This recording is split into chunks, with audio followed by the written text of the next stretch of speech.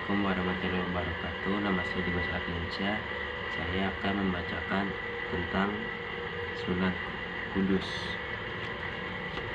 Sunan Kudus adalah putra dari Sunan Ngudung atau Raden Usman Haji.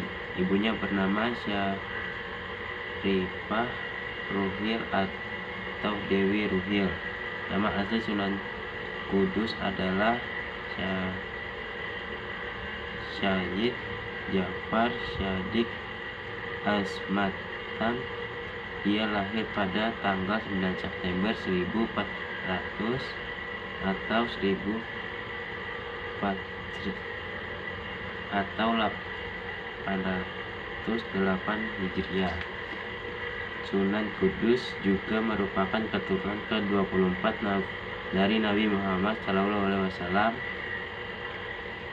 Dia dari keturunan Al-Husain bin Syahidah Fatimah Az-Zahra binti Nabi Muhammad SAW.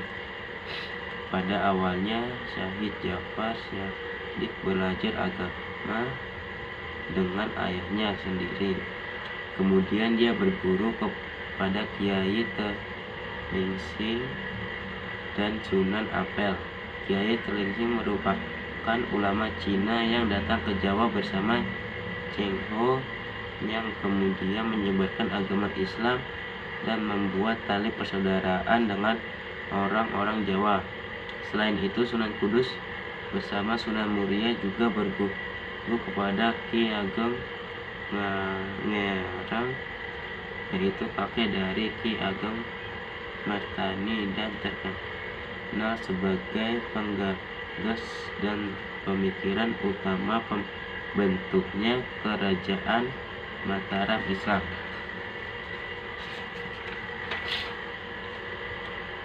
Sunan Kudus merupakan tokoh ulama yang sangat dihormati oleh masyarakat Jawa. Sunan Kudus memiliki kemampuan menyampaikan dakwah yang menegurkan umat.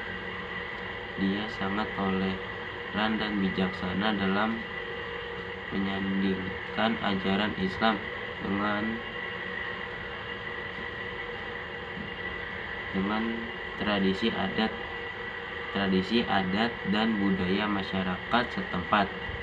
Berkat dakwanya yang demikian, Islam tersebar di Indonesia tanpa adanya pertentangan dengan budaya masyarakat yang telah ada terlebih dahulu. Itulah ciri pribadi yang luhur dan harus menjadi teladan untuk para penerusnya. Sejak remaja, Ja'far Shadiq telah menunjukkan keberaniannya dalam bertindak, kecerdasannya dalam berpikir, dan ketekunannya dalam belajar.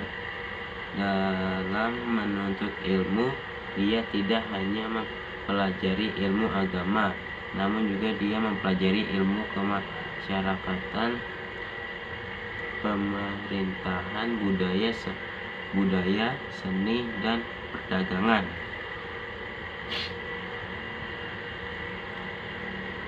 Ketika itu, warga Kudus sebagai besar masyarakat menganut agama Hindu.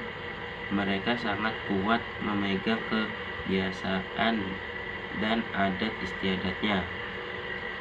Langkah pertama yang dilakukan oleh Sunan Kudus adalah membangun masjid, meskipun pada awalnya masjid yang dia bangun dalam bentuk yang sederhana. Sunan Kudus memadukan budaya Islam dengan budaya lokal, yaitu budaya Hindu, sehingga bentuk masjid itu mirip bangunan pura tempat ibadah umat Hindu. Sunan Kudus wafat. Sunan Kudus wafat pada 5 Mei tahun 1550 Masehi ketika sedang menjadi imam sholat subuh di Masjid Menara Kudus dalam posisi sujud. Kemudian dia dimakamkan di lingkungan masjid tersebut. Sampai sekarang makamnya masih ramai dikunjungi dengan tujuan berziarah atau mendoakan baik masyarakat setempat maupun orang datang dari berbagai daerah. Hasil perjuangan dakwah Sunan Kudus tidak hanya dirasakan oleh penduduk setempat, tetapi dirasakan pula oleh seluruh umat Islam Indonesia. Sunan Kudus juga meninggal sejarah yang pantas untuk dilestarikan. Peninggalan tersebut antara lain Masjid Al-Aqsa, Menara Kudus, yang lebih terkenal dengan nama Masjid Menara Kudus, yang berdiri megah sampai sekarang. Sunan Kudus merupakan tokoh penting dalam masyarakat Islam dan menjadi panutan sehingga dia masih dikenal sampai sekarang. Terima kasih. Wassalamualaikum warahmatullahi wabarakatuh.